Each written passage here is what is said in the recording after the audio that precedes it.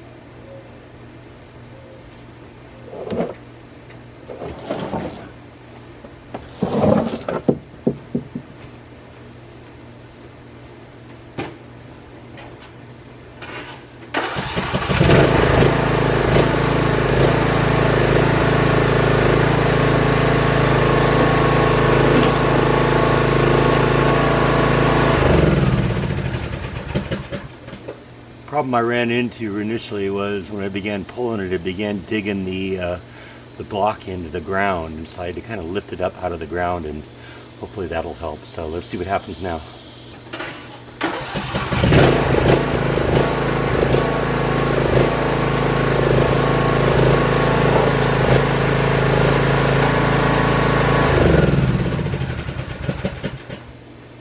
This is going to work. It's going to take a couple shots like this.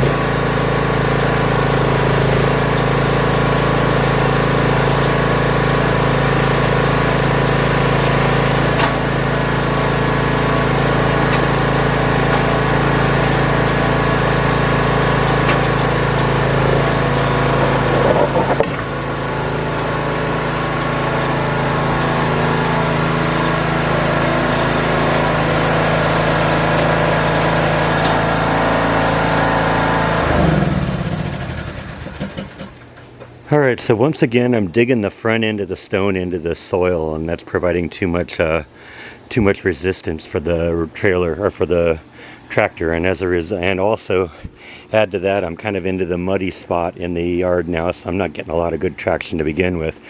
So what I've done is I've lifted up the front end a little bit with a pry bar, shoved a couple of 2x4s under it, and hopefully it'll slide on the 2x4s. I've also lifted up the back end and put a heavy duty dolly under it, for lack of a better term. That's something I made a long time ago that has wheels on it, and hopefully that'll reduce the resistance. Let's see what happens.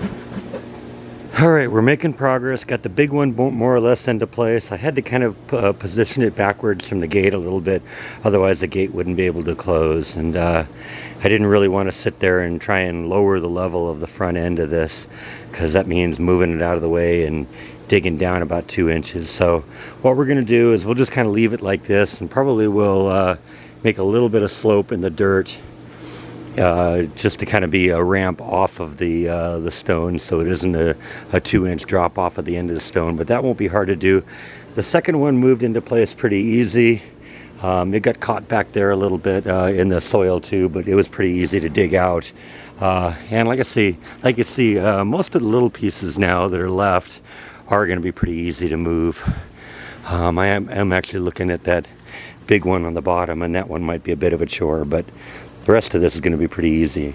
And even the big one isn't as big as the first one I moved. So we're making progress. Let's keep going. Alright, we have succeeded in moving all the pieces out of here. We can kind of cut this back a little bit, or at least move it around a little bit so that Flash has access to her cave. I'm going to have to do a little bit of repairs too. Had a little bit of erosion under there, but it's not too bad. I kind of expected that was an issue. But that's sort of also what all the plant life over the top of it is to kind of hold the soil together. So hopefully that should get better as time goes by. But like I said, the thing's ready now for Flash. I'm going to clean up a few of these loose stone pieces here. But I got everything out here more or less kind of, you know, pieced together as much as I could. I'm going to go out and get some soil now and kind of fill in everything and kind of bring it all up to level. And there's a couple of these that rock a little bit, and I want to also put some soil under there to prevent that from happening. But this should settle down and become at least a semi-flat surface that we can ride the mower over and stuff like that. And also now I can kind of go around here with the mower. It was kind of hard to get into this area because my mower doesn't like it when you attempt to back up while you're mowing. I guess it's a safety feature. They're afraid you're going to run over a kid or something like that. So if the mower blades are engaged, and you shift it in reverse, the motor stalls. So that's always kind of made it difficult to get in here with a mower because I couldn't get through here because of all the stones that are here. So now I'll be able to do that after I clean up a little bit in here. And so like I said, I think the next thing to do is to take a trip to Home Depot, get a few bags of soil to kind of fill all this in. Then I think I'm going to go through here with a garden hose, just kind of clean everything off, and I think we'll be good to go. So I'll catch up with you in a few. Alright, so here we go. This is kind of the final product. I kind of just spread some of the dirt around, kind of pushed it in between the cracks of the stones a little bit. It's going to settle a little bit. In fact, I see it settling a little bit right there. There's a little bit of a hole. But see, that's kind of what I expect. I know under this piece of stone, for instance, there's a kind of a gap under there. So eventually the dirt will kind of work its way under there. And now since the soil level is a good 2 to 3 inches taller here, you know, we shouldn't get the flooding that happens whenever it rains or whenever the sprinklers go on. Also, we've been able to clear out the area back here where Flash's cave is, so she will now be able to get into her cave. I'm going to move a little bit of the plant life out of the way there so she can get at the front of the cave, but that doesn't have to happen right away. And as it turns out, this thing's going to keep growing for a while, so we'll take care of that at a later point. But I think we achieved the goal here.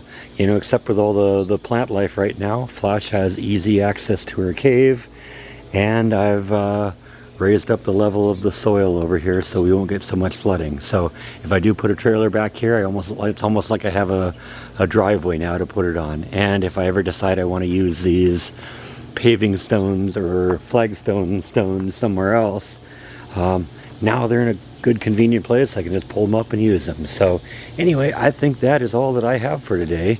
Thank you as always for watching, and I'll see you next time on Escaping the Mouse. Good night.